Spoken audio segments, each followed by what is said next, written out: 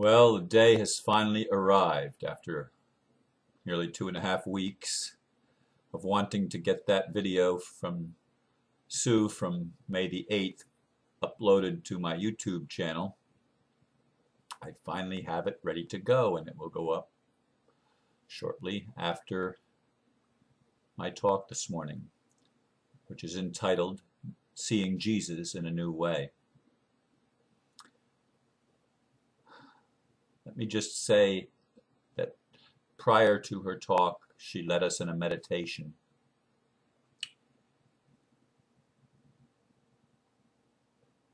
And she read extensively from the first chapter of John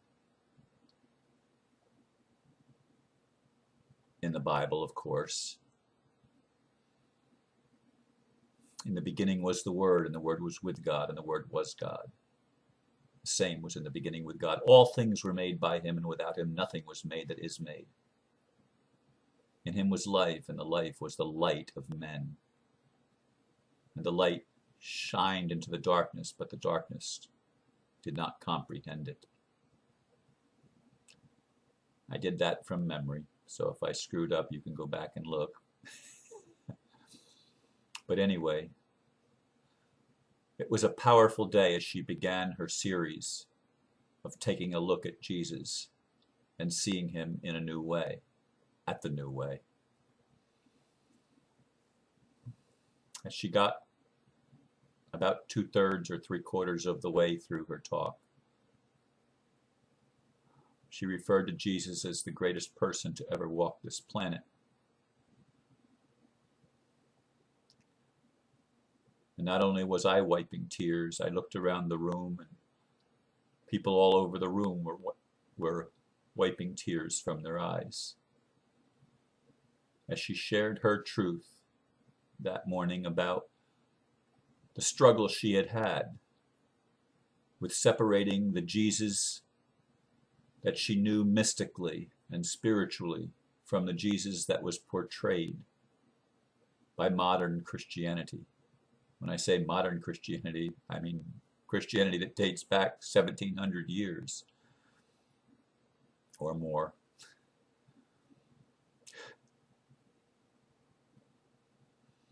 The Christianity that made Jesus into some kind of an icon that was not real. The Jesus that most people think of when they hear the word in the world. Sue shared from her heart, as she does whenever she speaks at our group.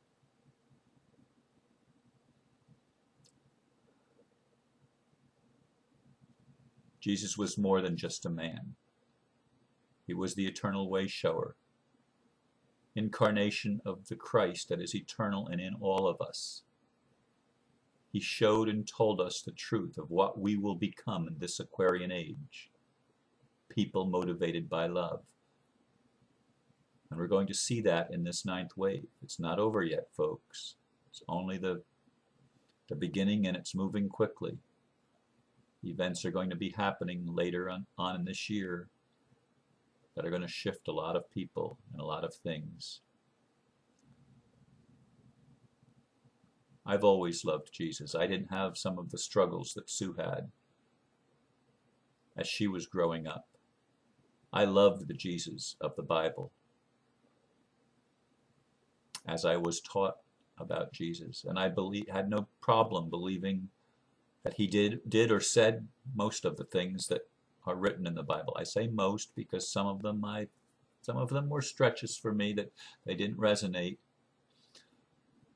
with what I felt could have possibly been true. And unlike Sue, I was a fundamentalist Christian. I really wanted to believe everything that was in the Bible. But as I've gone on, I've realized that the Bible, like everything else in our culture, has been twisted and doctored and spun for the purposes of control, apparently, to belittle us, make us controllable, and shrink God and shrink Christ and misunderstand Jesus. It's a struggle for a lot of people. As Gandhi once said, I don't have any problem with Jesus. It's his followers that are challenging. That's not the exact words that he said, but it's my paraphrase of what I remember. And I think there's people throughout the world that believe that. Jesus does not belong to Christianity only. He's not separate from life and separate from any of us. The Muslims honor Jesus. The Hindus honor Jesus. Buddhists honor Jesus. Jews that are awakening honor Jesus as one of their prophets. People around the world do, and people around the world that look at what Christianity has done with Jesus have a really hard time separating the truth from the fictions that have been woven. And what is truth? Truth is love. Truth is life. Truth is light. Truth is laughter. Truth is what will set us free. When we learn that we are all alive, and we remember that we share together an interconnected web of life, and that our mission, our entire mission, as Jesus taught us, as all masters have taught us, is to love God, or however we term the divine that permeates everything, and to love our neighbor as ourself, because truthfully, our neighbor is ourself. We are really interconnected in one. So love is the way, and the light that's in each of us, the eternal flame that's within each of us, when we recognize that eternal flame, we move into unity consciousness. We begin to transform the world through the power of love. That's what I believe is going to happen this year.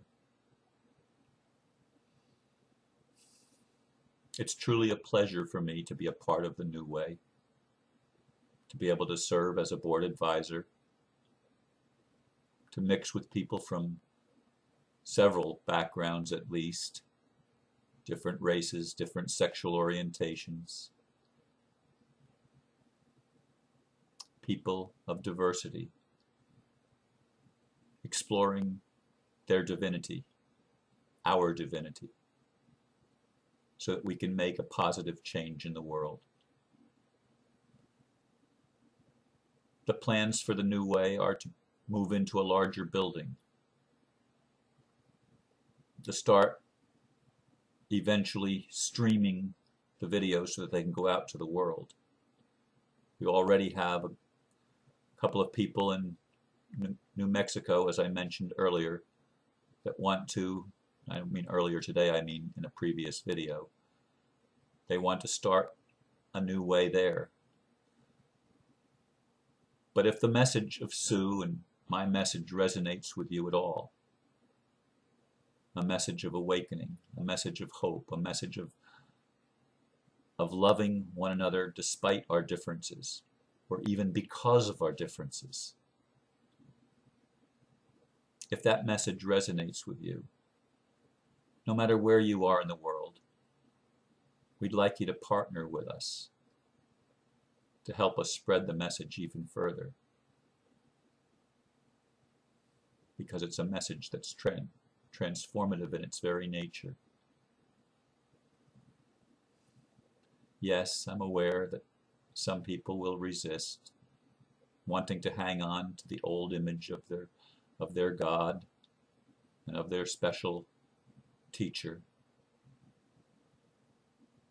I understand that.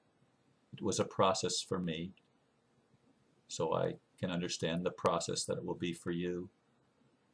And Sue shares her process of realizing that her teacher, her example, was none other than Jesus of Nazareth, connected at the heart and at the very soul level. But we do need partners. We are not a large group of people. We have maybe 50 to 80 people on a normal Sunday morning, sometimes more, and it's really the place when it's over 80 is really, really, really crowded. Really crowded. And we need new facilities. We need some new equipment, some new technology. And still in this world, in order to accomplish that, we need supporters with money. You don't hear me talk about money very much because in my personal life, I have never put a price tag on my spiritual service. Not ever. Even doing these videos with all the people that watch. Since I've been doing the videos, I have not received one contribution on my webpage. Not one.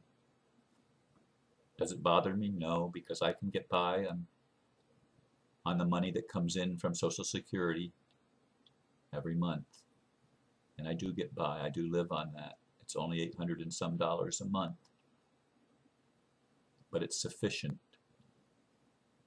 to keep the Mary Horgan Center open and to keep doing the things that I've long done to serve the community.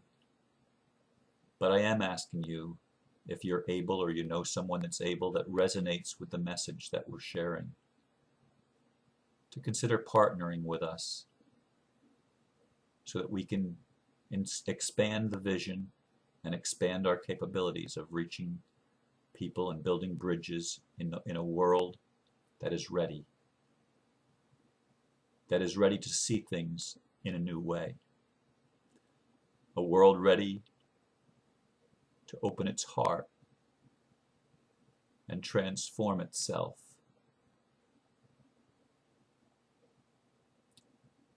from separation consciousness to the new paradigm of this ninth wave, the paradigm of universal consciousness, ready to accept our brothers and sisters from wherever they are in the cosmos, not just here on earth, but from wherever they may be, and work together with those that we are connected to in ways that we don't even imagine, most of us. Are you willing this morning? Are you willing today? Are you willing at this time to use whatever gift you've been given to help increase the voice of those that are teaching the lessons that the masters came to teach us? And I don't just mean Jesus here. I mean the masters that are honored in every religion, the prophets and the apostles that did the best they could, but they were human. It's always people after them, when they started writing it down and codifying it and making doctrines out of the teachings. It's always there that we got bogged down because we forget what the masters taught us.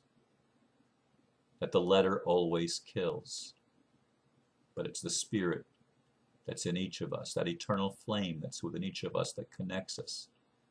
There is where we find life. There is where we receive our healing. There is where we are blessed. So will you partner with the new way? Watch the video that I post a little bit after this one. When I say a little bit, it may take some time because uploading is not a quick process sometimes, especially when the computer goes or the internet connection gets lost and you have to start over again, which has been happening frequently for me lately. In any case, I send you love this morning,